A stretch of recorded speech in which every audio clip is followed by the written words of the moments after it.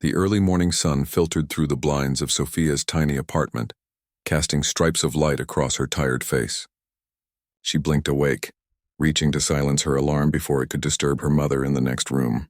It was 5:30 a.m., another day of double shifts ahead at the Golden Spoon, one of Manhattan's most exclusive restaurants. Sophia Martinez had been working there for nearly 3 years now. At 28, she wasn't where she'd imagined she would be at this point in her life. Not even close. But life had a way of redirecting paths when you least expected it. She padded quietly to the kitchen, careful not to make noise. Her mother needed all the rest she could get. The medication for her rheumatoid arthritis often left her exhausted, and the recent complications had only made things worse. As the coffee brewed, Sophia gazed out the small window overlooking the busy street below. From this height, the people looked like ants scurrying about their day.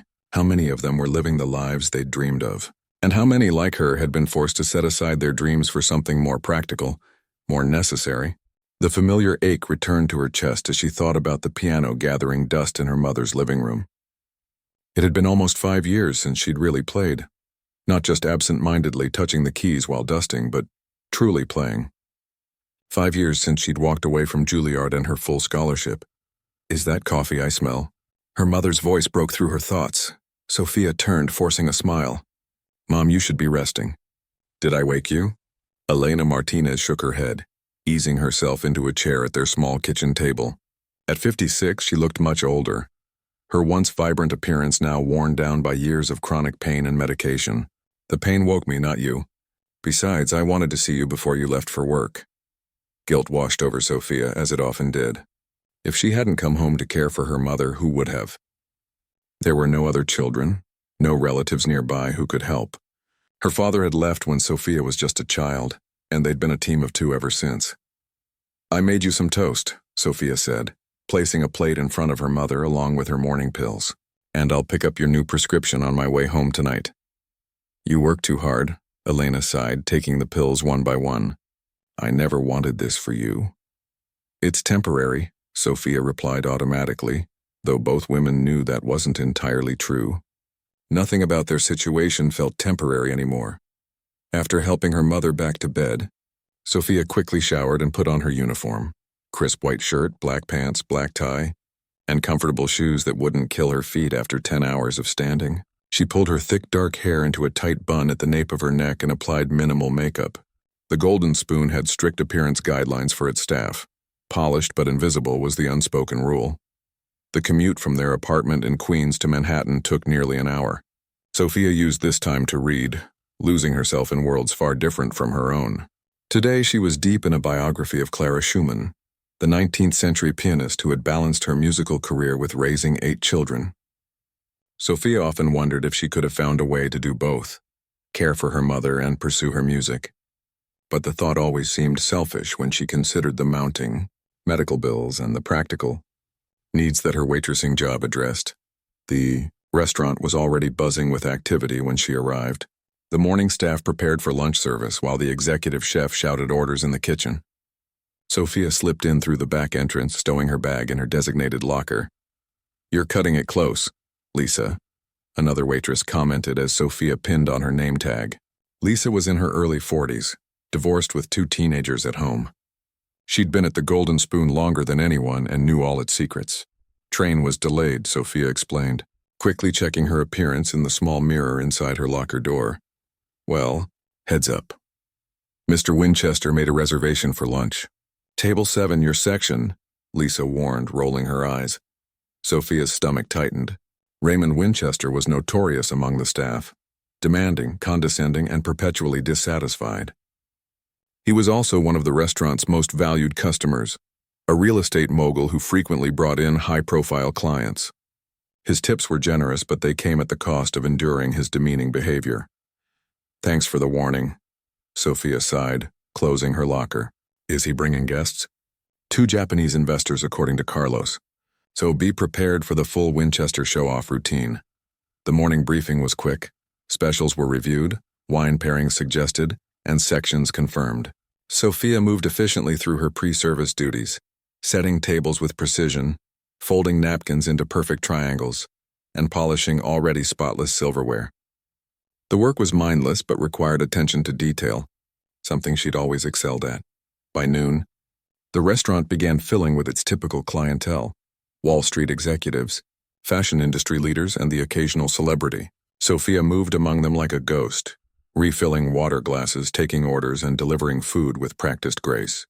She had perfected the art of being present yet invisible, attentive without being noticed. At 12:30 sharp, Raymond Winchester arrived with his guests. He was a tall man in his mid-40s with salt and pepper hair and an expensive suit that screamed old money. His companions, two middle-aged Japanese businessmen, followed him as he strode through the restaurant as if he owned it. Ms. Martinez. He acknowledged her with barely a glance as she approached their table. He always remembered the names of the waitstaff, not out of courtesy but as a power move. These gentlemen have traveled a long way. Let's make sure they experience the best New York has to offer. Of course, Mr. Winchester. Welcome to the Golden Spoon, Sophia replied with a professional smile. May I start you with some beverages? Perhaps our sommelier could suggest a wine pairing for today's specials. What followed was the familiar routine. Winchester ordering the most expensive bottle of wine on the menu, scrutinizing it with exaggerated expertise, and then launching into stories about his various properties around the world. Sophia maintained her composure, even when he snapped his fingers to get her attention or interrupted her mid-sentence. During a brief respite in the kitchen, Sophia leaned against the wall, closing her eyes for just a moment. He's in rare form today, Carlos, one of the line cooks, commented as he plated an intricate seafood dish. Just another day in paradise, Sophia replied with a wry smile. At least he tips well. Is that worth your dignity, though? Carlos asked, genuinely curious. He was new, still idealistic. He hadn't learned that dignity was often a luxury that people in their position couldn't always afford. Before Sophia could answer, her phone vibrated in her pocket, a text from her mother's home health aide. Elena having bad day. Might need to increase pain meds. Doctor called. Anxiety flooded through her, but Sophia pushed it down. She couldn't leave now. In the middle of the lunch rush with Winchester's table, the medical bills from last month still weren't fully paid, and this job, with its generous tips, was their lifeline. She took a deep breath and headed back out to the floor, the weight of responsibility heavy on her shoulders. As she approached Winchester's table with their entrees, she overheard a fragment of conversation. Absolutely brilliant pianist. You should hear her play Chopin, one of the Japanese businessmen was saying. Something inside Sophia's chest constricted painfully. She carefully set down the plates, fighting the sudden tremor in her hands. Do you enjoy classical music, Mr. Winchester? The businessman continued. I appreciate talent in all its forms, Winchester replied smoothly. Though I find most pianists today lack the emotional depth of the great masters. Sophia nearly laughed at the irony. Here was a man who wouldn't recognize emotional depth if it hit him in the face, passing judgment on musicians. Musicians like she once was, like she might have become. I studied at Tokyo Conservatory, the businessman continued. Music was my first love before business. How fascinating, Winchester replied, clearly uninterested. Ms. Martinez, this fish is slightly overdone. Just like that, Sophia was pulled back to reality. I'm very sorry, sir. I'll have the chef prepare a new dish immediately. The rest of the service continued in this vein, Winchester finding small faults, Sophia apologizing and fixing them, all while maintaining her professional demeanor. When they finally left, Winchester left his usual generous tip along with a business card. My annual charity gala is next month, he told her. The Golden Spoon will be catering. I've requested you specifically for my table. It wasn't a compliment but a command, his way of demonstrating his influence. After they left, Sophia collected the dirty dishes, including a napkin where one of the businessmen had absent-mindedly scribbled musical notes, the opening bars of Chopin's Ballade No. 1 in G minor. She recognized it instantly, her fingers itching to play the challenging run that would follow those notes.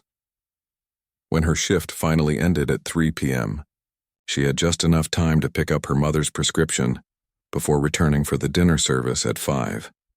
As she waited at the pharmacy, Sophia found herself humming the Chopin piece, remembering how her piano professor had once told her she had the hands and heart for Chopin. The pharmacist's voice jolted her back to reality. That'll be $187.50 for this prescription, Miss Martinez. Sophia handed over her credit card, mentally calculating how much of this week's tips would go toward this bill, and how much could be saved for the upcoming specialist appointment. As she left the pharmacy, she passed a music store with a beautiful grand piano visible in the window. Without thinking, she stopped, gazing at it like a woman starving. For a brief moment, she allowed herself to imagine what might have been. Concert halls instead of restaurant floors, applause instead of demands, her mother watching proudly from the front row instead of suffering alone in their small apartment. A man exited the store, the door chiming as it opened and closed, breaking the spell. Sophia checked her watch and hurried on. Dreams were a luxury she couldn't afford right now. Reality, with its double shifts, demanding customers, and ailing mother, was waiting, and it wouldn't tolerate her being late. 3 weeks had passed since Raymond Winchester had requested Sophia for his upcoming charity gala. The event was now just days away, and the Golden Spoon was in a state of controlled chaos as preparations intensified. For Sophia, it meant even longer hours, as the restaurant manager had assigned her to help with the planning in addition to her regular shifts. "We need to impress Mr. Winchester," the manager, Thomas, had insisted. "This gala could mean regular high-profile events if we do it right." Sophia nodded, though internally she was exhausted. Her mother had been hospitalized briefly last week after a particularly bad flare-up, and the new medication was expensive. The extra hours were a blessing financially, but physically and emotionally, she was running on empty. "You look like you haven't slept in days," Lisa commented as they polished glasses together in the back room. "Is your mom okay?" "She's stable," Sophia replied, setting down a wine glass with extra care. "The new rheumatologist thinks there might be additional issues at play. More tests, more bills." Lisa squeezed her shoulders sympathetically. "At least the gala should mean good tips. Winchester may be a jerk, but he throws money around like confetti when he's showing off." Sophia managed a small smile. "That's what I'm counting on." The restaurant door chimed and both women glanced up. Speak of the devil. Raymond Winchester strode in, his expensive Italian leather shoes clicking against the marble floor. He wasn't due for a meal. This was a planning visit for the gala. Thomas rushed forward to greet him, practically bowing. "Mr. Winchester! We weren't expecting you until later this afternoon." Winchester removed his designer sunglasses, tucking them into his suit pocket. "I had a cancellation. Thought I'd stop by to ensure everything is proceeding as it should." His eyes scanned the restaurant critically. "Where's that waitress?" "The quiet one with the good memory. Ms. Martinez." Thomas turned, spotting Sophia in the back. "Sophia, Mr. Winchester would like to speak with you." Setting down the glass cloth, Sophia straightened her uniform and approached them. "Good afternoon, Mr. Winchester." He barely acknowledged her greeting. "You'll be heading my table service team for the gala. I want to go over some specifics. For the next hour," Winchester detailed his exacting requirements. Everything from the precise temperature his wine should be served at, to which guests should receive extra attention. Sophia took notes dutifully, though she found his micromanaging excessive even by his usual standards. "This isn't just any charity event," he explained, leaning back in his chair with an air of self-importance. "Half of New York's elite will be here. The governor might make an appearance. Everything must be perfect." "Of course, sir. May I ask which charity the gala is benefiting?" Sophia inquired politely. Winchester waved his hand dismissively. "Some arts education thing for underprivileged kids. My assistant handles those details." He checked his watch. A timepiece that probably cost more than Sophia's annual salary. "The centerpiece of the evening will be the auction. We've secured some impressive items, including a weekend at my Hamptons estate." Sophia nodded, though his casual disinterest in the actual charitable cause made her stomach turn. This wasn't about helping underprivileged children. It was about Winchester showcasing his wealth and connections. "One more thing," he added as he stood to leave. "We've hired a pianist for background music during the cocktail hour and dinner. Some NYU professor or something. Make sure there's sparkling water at the piano." With that, he departed, leaving behind the faint scent of expensive cologne and unearned superiority. Later that evening, as Sophia was finishing her shift, Thomas called her into his office. "Winchester left this for you," he said, handing her an envelope. Inside was a check for $500. "What's this for?" Sophia asked, confused. "He said it was an advance for your work on the gala. Called it a retention bonus." Thomas looked as surprised as she felt. Whatever you're doing, he seems to want to make sure you stick around for this event. Sophia stared at the check, torn between gratitude for the unexpected money that would help with her mother's medical bills and discomfort at being singled out by Winchester. Something about it felt off, but she couldn't afford to question this stroke of luck. The night before the gala, Sophia visited her mother, who was having a good day for once. Elena sat in her favorite armchair by the window, crocheting a scarf despite her swollen fingers. "You should see the menu they've planned, Mom," Sophia said, arranging fresh flowers in a vase. "Lobster, Wagyu beef, truffles. Each plate probably costs more than our weekly grocery budget." Elena shook her head. "Such waste. In my day, charity meant sacrifice, not showing off." Sophia smiled at her mother's familiar refrain. Elena had grown up in a small town in New Mexico, the daughter of a schoolteacher and a mechanic. Her values remained firmly rooted in that upbringing, despite the decades she'd spent in New York. "Will there be music?" Elena asked suddenly. "You always loved those fancy parties with live music when you were little." A pang shot through Sophia's heart. Her mother rarely mentioned anything related to piano or music these days, seeming to understand it was a painful subject. "Yes, they've hired a pianist from NYU." Elena's hands stilled, her eyes finding the covered piano in the corner of their small living room. "You could have been playing at events like this, you know. You were good enough." "Mom, don't," Sophia said gently. "We've been through this. I made my choice and I don't regret it." It wasn't entirely true, but what good would it do to admit that? Some nights, Sophia still dreamed of performing, her fingers dancing across ivory keys under stage lights. But dreams didn't pay medical bills or put food on the table. Elena reached for her daughter's hand. "I never wanted you to give up your scholarship. Your music was everything to you. You're everything to me," Sophia corrected her. "And I'm fine, really. The restaurant job is good, steady work." Elena didn't look convinced but let the subject drop. "Will you play something for me?" "Just a little? It's been so long." Sophia hesitated, glancing at the piano. The thought of touching those keys after so many years brought both longing and anxiety. "I don't know if I can anymore." "It's been 5 years. Please," her mother insisted. "Just one piece. For me." Unable to refuse, Sophia slowly approached the piano and removed the dusty cover. The ivory keys were yellowed with age. But as her fingers hovered above them, muscle memory stirred. She began with something simple, a Bach prelude she'd learned as a child. The first few notes were hesitant, but soon her hands remembered their purpose. She closed her eyes, allowing herself to feel the music for the first time in years. When she finished the prelude, her fingers naturally transitioned into Chopin's Nocturne in E-flat major, a piece she'd performed at her last recital before leaving Juilliard. Elena was weeping quietly when Sophia finally stopped playing. "You haven't lost it," she whispered. "Not one bit." That night, Sophia dreamed of pianos and applause, of concert halls and standing ovations. She woke feeling more alive than she had in years, even as her practical mind reminded her that dreams were luxury items she couldn't afford. The day of the gala arrived with frantic energy. The golden spoon was transformed. Crystal chandeliers had been brought in, along with elaborate floral arrangements and a small stage where the pianist would perform. Sophia arrived early to help with final preparations, her mind still echoing with the music she'd played the night before.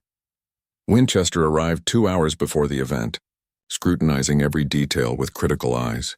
"The lighting is all wrong," he snapped at the event coordinator. "I specifically said amber, not yellow. Fix it." He beckoned Sophia over when he spotted her arranging place cards. "There's been a change to the seating chart. The Vandermeyers are bringing their daughter, so we need to squeeze in another chair at table 3. Sophia nodded, making a note of the change. "Of course, Mr. Winchester, I'll take care of it immediately." "And where's the pianist?" "He was supposed to be here for a sound check." Winchester glanced around irritably. As if on cue, a harried-looking man in his 60s hurried in, carrying sheet music. "So sorry I'm late." Traffic was a nightmare. Winchester merely grunted before turning back to Sophia. "Make sure he has everything he needs. This crowd expects quality entertainment." The pianist, Dr. Howard, was kind but nervous as Sophia helped him set up. "First time playing for this crowd," he confided as she brought him water. "Usually I just perform for sleepy undergrads or at faculty recitals." "You'll be wonderful," Sophia assured him, fighting the urge to glance at his sheet music.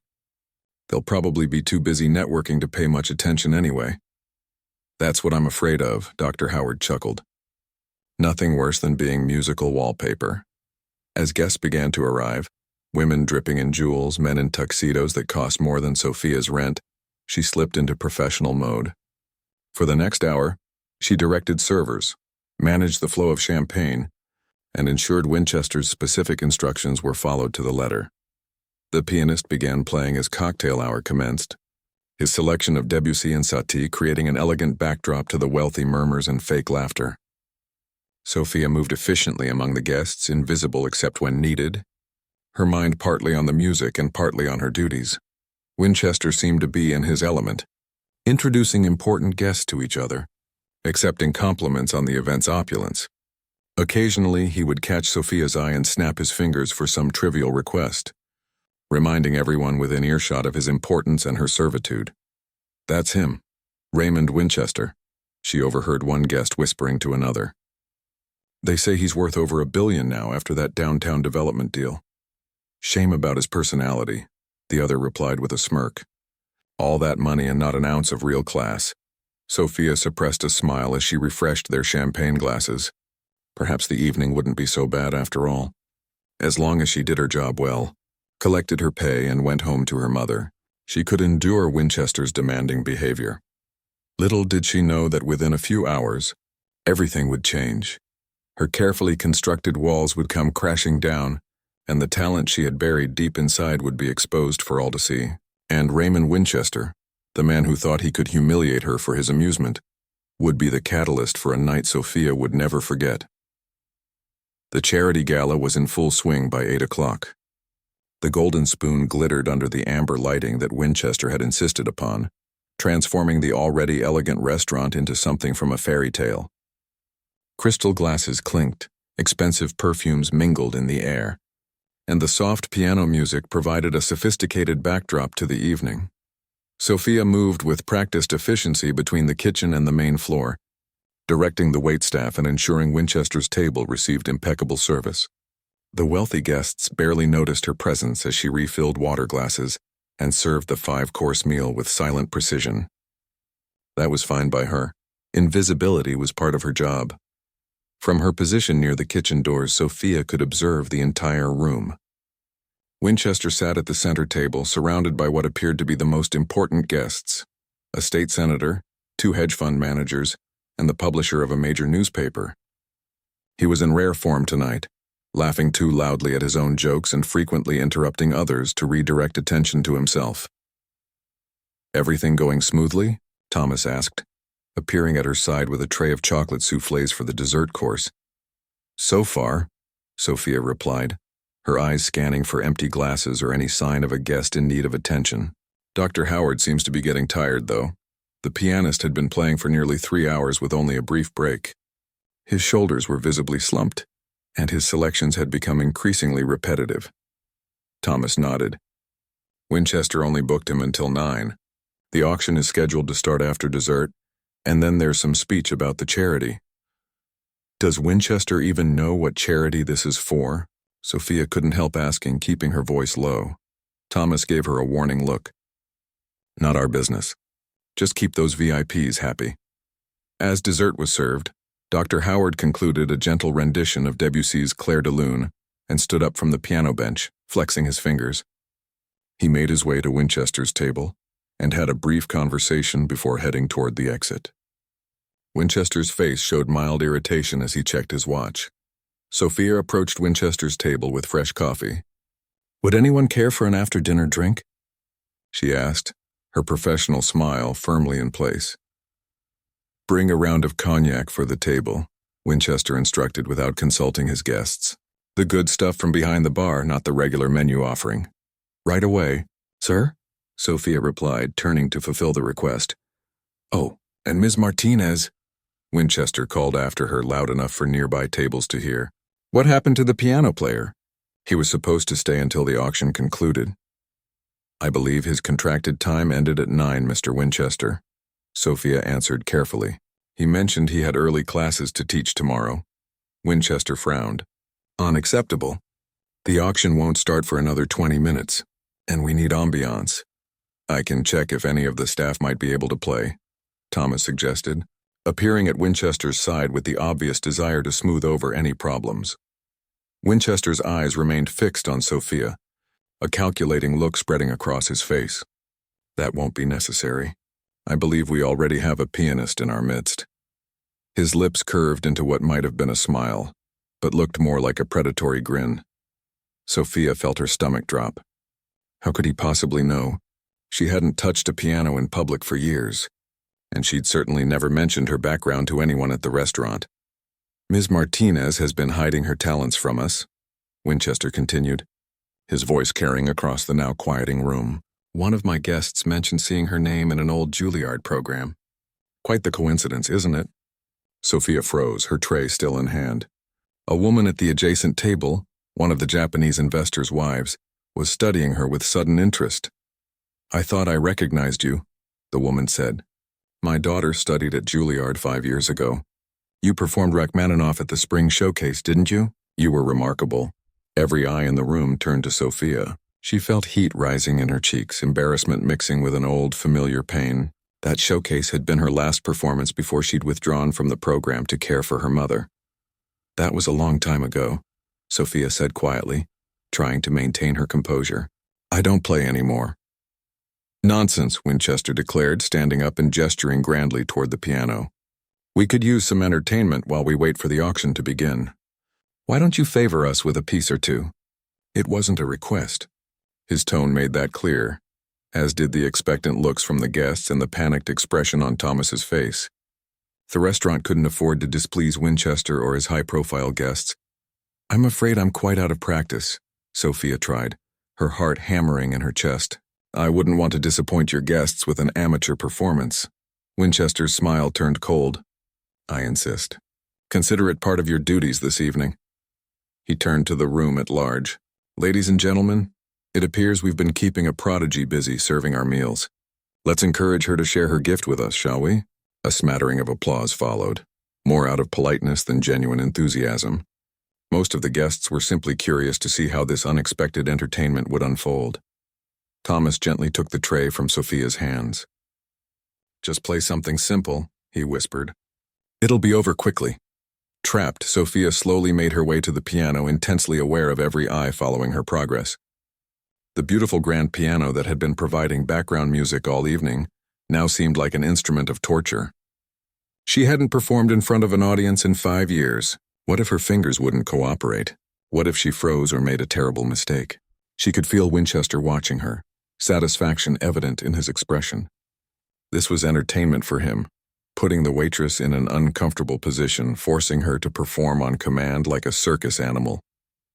He probably expected her to fumble through a basic piece, providing his guests with an amusing story about the waitress who claimed to be a pianist.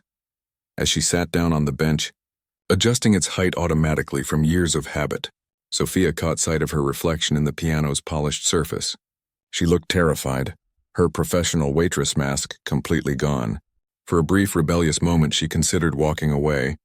Consequences be damned. But then she thought of her mother's medical bills, of the rent due next week, of the reality that jobs like hers weren't easy to replace. With trembling hands she lifted the key cover. The room had fallen completely silent. She placed her fingers on the cool ivory keys, surprised at how familiar they still felt. What should she play? Something simple and forgettable would be safest. Perhaps a basic Mozart piece or a gentle Chopin nocturne. She took a deep breath, trying to calm her racing heart. And then, without consciously deciding, her fingers began to move, finding the opening notes of Rachmaninoff's Piano Concerto No. 2, the same piece mentioned by the woman who had recognized her. The piece she had performed at her last showcase before life had intervened. The powerful, emotional opening chords filled the room, surprising even Sophia with their intensity. Her muscle memory took over, fingers recalling what her conscious mind had tried to forget. The complex runs and emotional crescendos came back to her as if she had never stopped playing. She closed her eyes, allowing herself to be carried away by the music. The restaurant, Winchester, the staring guests, all faded into the background as she reconnected with the part of herself she had buried for so long. Each note was both a remembrance and a release, years of suppressed passion finding voice through her fingertips. When she opened her eyes briefly, She saw that the room had transformed. The guests were no longer merely curious or politely attentive. They were transfixed. Several had put down their dessert forks mid-bite. One woman had tears streaming down her face. Even the kitchen staff had emerged to listen, standing in silent awe at the doorway. And Winchester, his smug smile had vanished, replaced by an expression of genuine shock.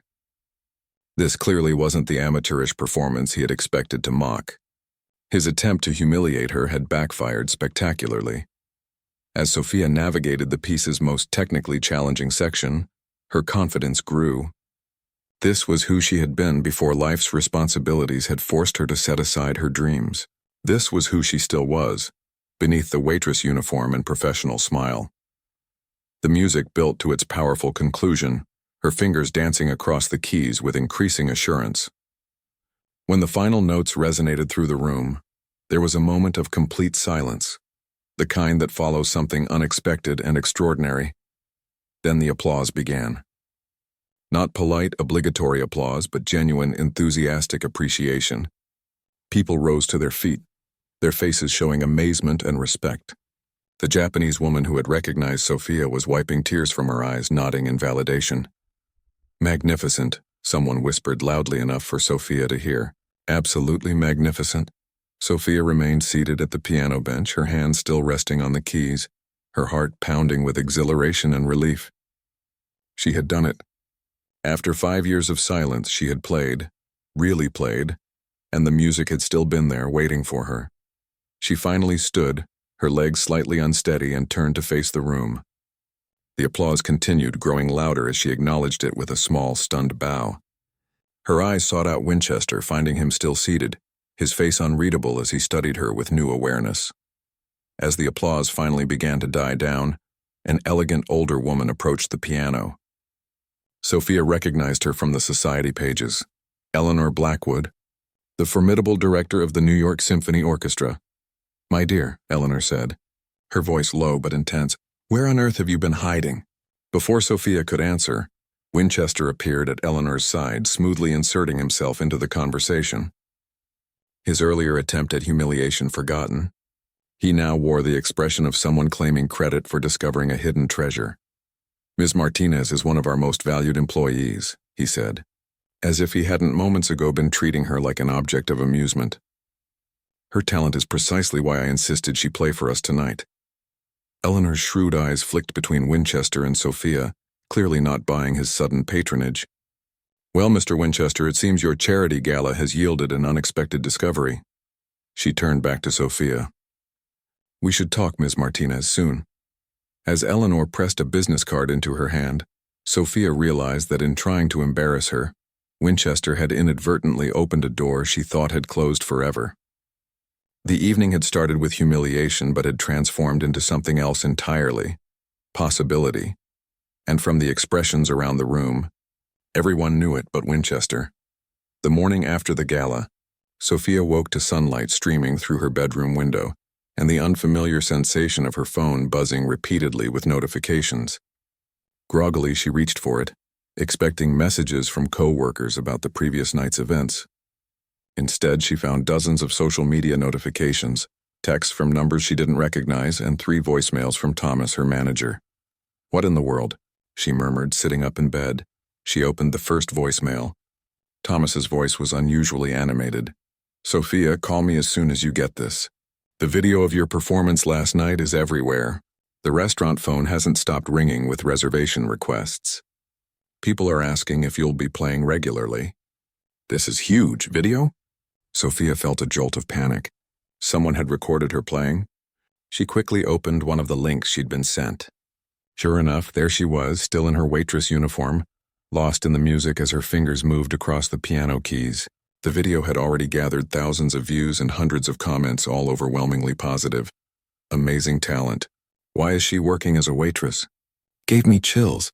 Someone get this woman a recording contract. Sophia set the phone down, her hands trembling slightly. Last night had felt like a dream, or perhaps a public nightmare that had unexpectedly turned into a triumph. She'd been so certain that Winchester had intended to humiliate her, to watch her stumble through a simple piece for his amusement. Instead, something dormant had awakened inside her the moment her fingers touched those keys. After the performance, the rest of the evening had passed in a blur. The auction had eventually proceeded, but Sophia had noticed people watching her differently as she continued her serving duties. No longer invisible, she'd felt the weight of curious glances and whispered conversations. Several guests had approached her directly, asking about her background or why she wasn't pursuing music professionally. And then there was Eleanor Blackwood's business card, still in the pocket of her uniform pants. The director of the New York Symphony Orchestra wanted to talk to her. The thought was simultaneously thrilling and terrifying. Her second phone call of the morning was to her mother. "Mom, you won't believe what happened last night," she began, only to be cut off. "I've already seen it, sweetheart. Mrs. Rodriguez from next door came over first thing this morning to show me the video on her tablet. Oh, Sophia, you were magnificent." "You saw it? But how did Mrs. Rodriguez find it?" "It's all over Facebook," she said. Her niece shared it. "People are calling you the waitress virtuoso. I'm so proud I could burst." Sophia couldn't help but smile at her mother's enthusiasm, even as her mind raced with the implications of her sudden, unexpected exposure. "It was just one piece, Mom. I'm not sure what happens now." "What happens now is you call that woman who gave you her card." "The orchestra director?" "I don't know," Sophia hesitated. "It's been 5 years. I'm out of practice." "And what about your treatments?" "We can't afford—" "Sophia Martinez," her mother interrupted firmly. "You listen to me. Last night was not an accident. It was an opportunity. A door opening. Don't you dare ignore it because of me." Sophia's third call was to the Golden Spoon. She had the day off, but with everything happening, she felt she should check in. To her surprise, the hostess who answered sounded frazzled. "Oh, thank goodness it's you. People keep calling asking when you'll be playing next. Thomas wants to know if you'd consider performing on Friday nights. He says he'll pay you extra, of course." The surreal feeling intensified. 24 hours ago, she had been just another waitress. Now people wanted to hear her play. When her phone rang again, she almost didn't answer the unknown number. But something told her she should. "Hello, Ms. Martinez. This is Raymond Winchester." Sophia nearly dropped the phone. Why would Winchester be calling her personally? "I hope I'm not disturbing you," he continued, his tone oddly formal compared to his usual commanding manner. "I wanted to speak with you about last night." "Mr. Winchester," she replied cautiously. "What can I do for you?" There was a pause, and when he spoke again, his voice had lost some of its characteristic arrogance. "I believe I owe you an apology. My behavior yesterday evening was inappropriate." Sophia was too stunned to respond. Raymond Winchester apologizing? To her, "I had no idea of the extent of your talent," he continued. "When I asked you to play, I expected—" He trailed off. "You expected me to embarrass myself," Sophia finished for him, finding her voice at last. The realization of his intention still stung, even after her triumph. Another pause. "Yes," he admitted finally. "And instead, you gave the most moving performance I've witnessed in years." My guests haven't stopped talking about it. Even Eleanor Blackwood was impressed, and she's notoriously difficult to impress. Sophia waited, unsure where this conversation was heading. "The charity we were supporting last night," Winchester continued. "The arts education program for underprivileged children," Sophia supplied, recalling how dismissively he'd mentioned it before the gala. "Yes, exactly. The Young Artists Foundation, I'm on their board of directors. Mostly as a figurehead, if I'm being honest. But after last night, I've been thinking." Winchester cleared his throat. "The foundation provides scholarships to talented young people who couldn't otherwise afford music education. I'd like to establish a new program, one aimed at adult musicians who had to abandon their training due to financial constraints. A second-chance scholarship, so to speak." Sophia's mind was racing, trying to process this unexpected turn. "I'd like you to be our first recipient," Winchester said. "Full tuition for a master's program, plus a living stipend for 2 years. Enough that you wouldn't have to worry about other obligations." The implication was clear. He knew about her mother, about why she'd left Juilliard. Had he researched her background? The thought was both unsettling and, strangely, touching. "This isn't charity," Winchester added quickly, perhaps sensing her hesitation. "And it's not an attempt to assuage my conscience. Your talent deserves to be developed, not wasted serving overpriced meals to people like me." Sophia sank into a chair, overwhelmed. This is a lot to take in, Mr. Winchester. Of course. Take time to think about it. The offer stands regardless of your decision about Eleanor Blackwood's interest. I suspect she's going to offer you something as well. After ending the call with Winchester, Sophia sat in stunned silence. The phone in her hand felt heavy with possibility. The business card from Eleanor Blackwood lay on the table beside her, representing another potential path. For 5 years, she had buried her dreams out of necessity. Now, overnight, doors were opening that she had believed permanently closed. It was terrifying and exhilarating all at once. Her phone pinged with a text from Lisa. "You're famous. The whole staff is talking about you." Thomas is already planning to advertise live piano nights featuring the Golden Spoon's own piano prodigy. "Call me."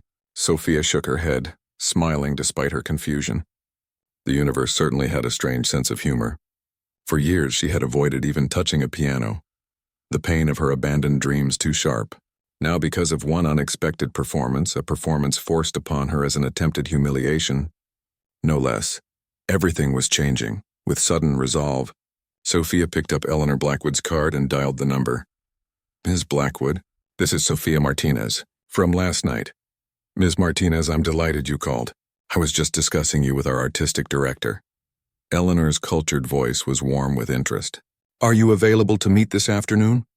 Perhaps at our rehearsal hall?" 2 hours later, Sophia found herself in the magnificent rehearsal space of the New York Symphony Orchestra. The room was dominated by a spectacular Steinway concert grand piano. Eleanor Blackwood, elegant in a simple black pantsuit, gestured toward it. "Would you indulge me? I'd like to hear you play something different from last night. Perhaps something more intimate." Sophia hesitated only briefly before sitting at the piano. This time there was no fear, only a calm certainty as she began playing Chopin's Ballade No. 1 in G minor, a piece she had once known as well as her own heartbeat. As the music filled the room, Sophia allowed herself to fully embrace the feeling she had only glimpsed the night before. This was who she was meant to be. The years away from music hadn't diminished her connection to it. If anything, life's struggles had deepened her understanding of the emotion behind the notes. When she finished, Eleanor was silent for a long moment, her eyes suspiciously bright. "Remarkable," she said finally. "Your technique shows the gaps from lack of practice, but your musicality, that's something that can't be taught." She sat beside Sophie on the piano bench. "Tell me, why did you leave Juilliard? Your professors spoke of you as one of their most promising students." "My mother became ill," Sophia replied simply. "There was no one else to care for her and her medical bills. We couldn't manage both." Eleanor nodded, understanding in her eyes. "And now? What are your plans?" Sophia took a deep breath. "Honestly, I'm not sure. Everything's happening so fast. Raymond Winchester called this morning to offer me a scholarship to complete my education." "Did he now?" Eleanor looked surprised, then thoughtful. "Interesting. Well, I have a different proposition. Our current pianist is retiring at the end of this season. We're holding auditions next month. I'd like you to prepare." Sophia stared at her in disbelief. "You want me to audition for the New York Symphony Orchestra? But I haven't played seriously in years. There must be dozens of candidates with more experience, better training." "Undoubtedly," Eleanor agreed. "But few with your natural gift. You would need to work incredibly hard to prepare, of course. I could arrange for you to study with our retiring pianist in the meantime." "This doesn't make sense," Sophia said, shaking her head. "Why would you take a chance on me based on one performance?" Eleanor smiled. "Because in my 40 years with this orchestra, I've learned to recognize the difference between someone who plays the piano and someone who needs to play the piano. You, Ms. Martinez, are the latter. The music is part of you whether you've acknowledged it or not." As Sophia left the rehearsal hall, her mind was spinning with possibilities. Winchester's scholarship offer, Eleanor's unexpected chance at an audition, even Thomas's proposal of regular performances at the restaurant. After years of having no options, she suddenly had too many.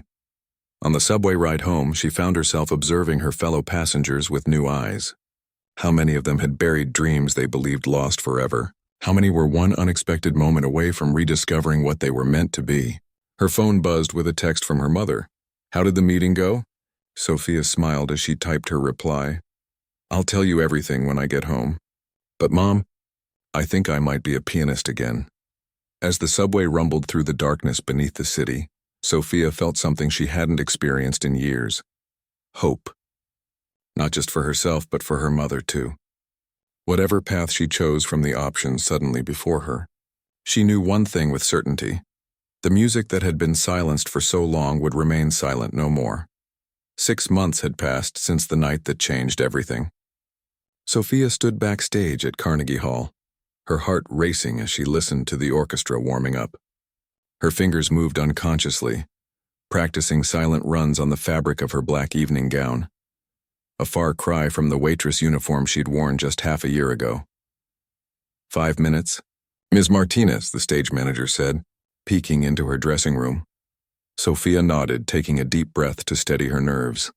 Tonight was her debut as a soloist with the New York Symphony Orchestra, the culmination of months of intense preparation, practice, and a complete transformation of her life. The path to this moment hadn't been straightforward. After her meeting with Eleanor Blackwood, Sophia had faced a series of difficult decisions. Winchester's scholarship offer had been generous, but Eleanor's proposal, intensive private coaching with the retiring pianist followed by an audition, offered a more immediate path back to performance. In the end, Sophia had chosen a third option entirely, one that emerged from an unexpected conversation with Winchester himself. "I've been thinking about your situation," he'd said when they met for coffee 2 weeks after the gala. Gone was the arrogant, demanding man who had snapped his fingers for service. In his place was someone more thoughtful, almost humble. "Your mother needs care, but you need to pursue your music. What if there was a way to do both?" Winchester had proposed a modified scholarship, enough to cover private instruction with top teachers, plus additional funds for her mother's care. Not as a second-chance student, he'd explained, but as a performing artist in residence with the Young Artists Foundation. You would give master classes to our scholarship recipients, sharing your unique perspective on perseverance and the way life shapes artistry. The arrangement had allowed Sophia to quit her waitressing job and devote herself to intensive practice while ensuring her mother received proper care. To her surprise, Winchester had taken a personal interest in her progress, occasionally attending her lessons and providing connections to influential people in New York's classical music scene. When she'd asked him why he was helping her, his answer had been unexpectedly vulnerable. "My mother was a pianist," he'd said quietly. "Not professionally. She taught lessons from our living room to make ends meet after my father left. She was talented, but never had the opportunities to develop that talent. Watching you play that night, it reminded me of her." Sophia had discovered that beneath Winchester's hard exterior was a man shaped by his own life experiences, just as she had been by hers. Their unlikely friendship had become one of the most surprising outcomes of that night. Now, as she prepared to step onto one of the world's most prestigious stages, Sophia thought about all the twists and turns that had led her here. The video of her performance at the gala had continued to circulate, eventually catching the attention of classical music blogs and even mainstream media. The waitress virtuoso had become a minor sensation, with her story of abandoned dreams and unexpected second chances resonating with people around the world. The publicity had helped when Eleanor arranged for her to audition for the orchestra 3 months earlier than planned. Though she hadn't won the permanent pianist position, her technique still needed refinement after the long hiatus. She had impressed the committee enough to be invited as a guest soloist for their spring concert series. A knock at the door interrupted her thoughts. "Come in," she called, expecting the stage manager again. Instead, her mother entered, looking healthier than she had in years. The new treatments that Winchester had helped them access were working, giving Elena more good days than bad ones now. "You look beautiful," Elena said, her eyes filling with tears. "I always knew this day would come." Sophia smiled, taking her mother's hands. "No, you didn't, but you hoped.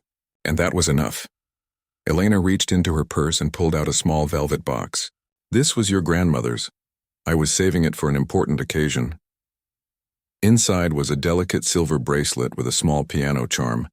"She would have been so proud," Elena whispered as she fastened it around Sophia's wrist. "We all are."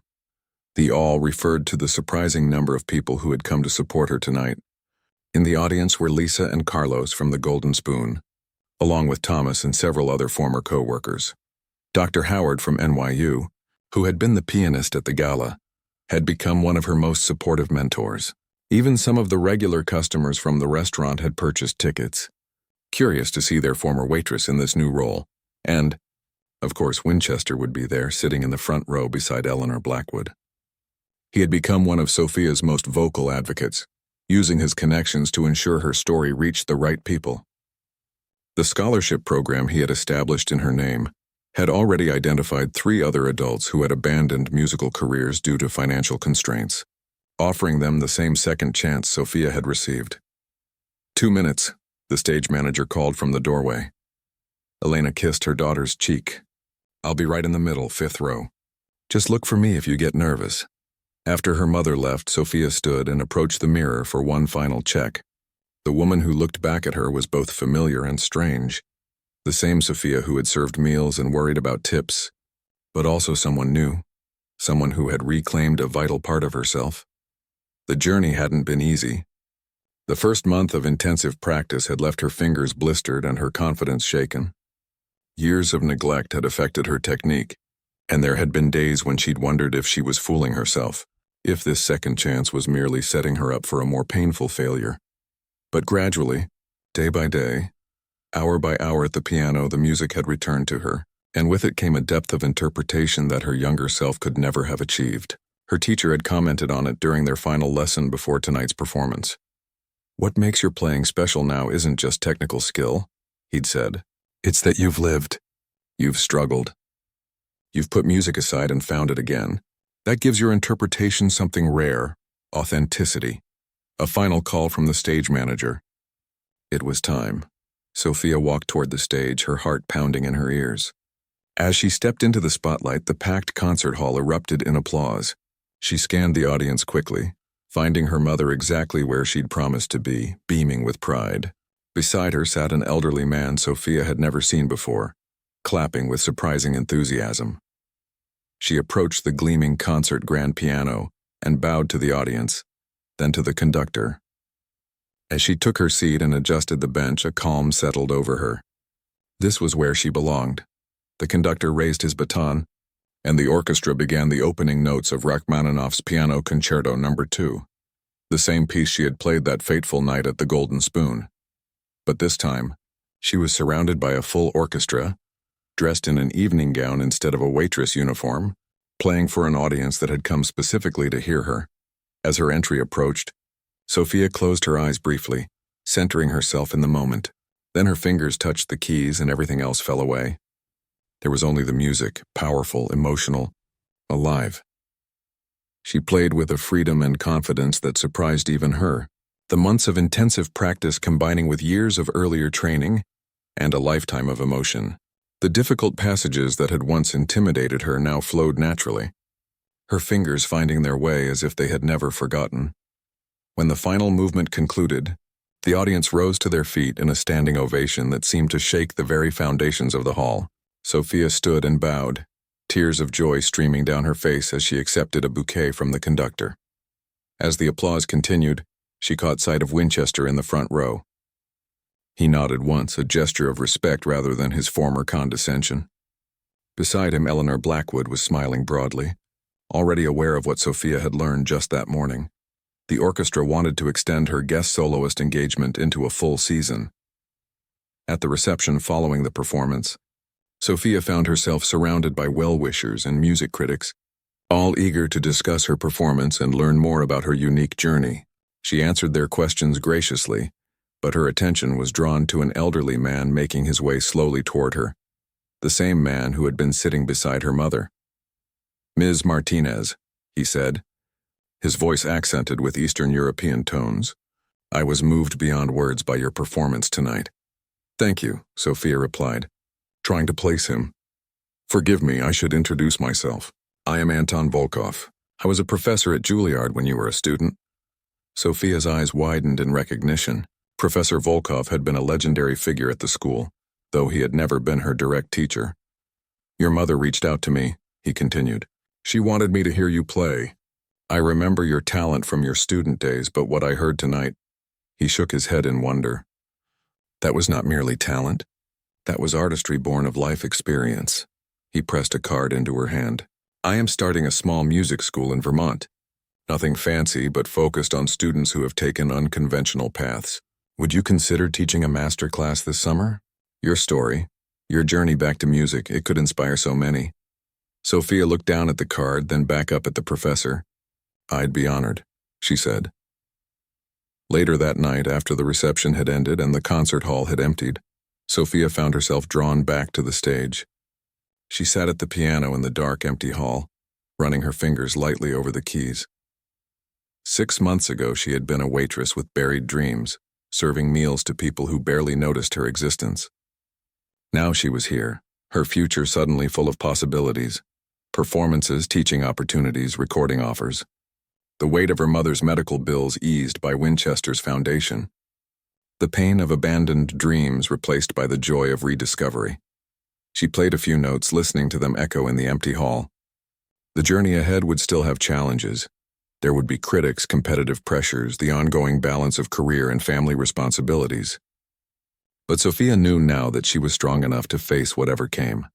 A noise from the back of the hall caught her attention. Her mother stood there, waiting patiently. Ready to go home? Elena asked. Sophia nodded, closing the piano lid gently. Yes, but I'll be back tomorrow. As they walked out together, arm in arm, Sophia reflected on the strange twist of fate that had brought her here. One night, one performance, one moment of being pushed into the spotlight by someone who had meant to embarrass her, and everything had changed. Life's melodies were unpredictable that way, she thought. Sometimes the most beautiful passages came after the darkest ones. Sometimes a seemingly discordant note led to an unexpected resolution. And sometimes, when you least expected it, you found your way back to exactly where you were meant to be all along.